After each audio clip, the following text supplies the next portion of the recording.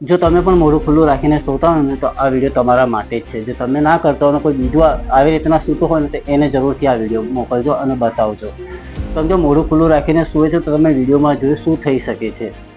ગમે તે કંઈ જીવ જનાવર તમારા મોઢામાં પી શકે છે.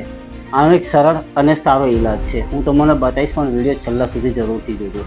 તમને ઘણી વખત એવું થાય છે કે તમે વચ્ચેનું પાર્ટ છોડ દો છો ને તમને સમજ ના પડે કે વિડીયોમાં શું બતાવેલું છે. આ આદત છોડાવવા માટે તમારે પહેલાં તો છે ને, ઘણા લોકો છે ને નાકથી શ્વાસ નહીં લેતા, મોઢાથી શ્વાસ લે છે. એટલા માટે બને એવું કે રાતે તમે સૂતા હો તો મોઢેથી શ્વાસ લો ને તો તમારે મોઢું ખુલ્લું ને ખુલ્લું રહી જાય છે. એના માટે તમે નાકથી શ્વાસ લેવાની પ્રેક્ટિસ શરૂ કરજો. અને બીજું કે તમારા ઘરની અંદર એજવાળું વાતાવરણ છે એને ખાસ તौर પર ધ્યાન રાખજો. એને ઓછું થાય ને એવી રીતે ના કરજો. અને ત્રીજી ટ્રીપ એવી છે કે તમે પાણી પીવાનું વધારે રાખો. તમે ઓછું પાણી પીતા હશો ને તોય આ પ્રોબ્લેમ જોવા મળશે તમને.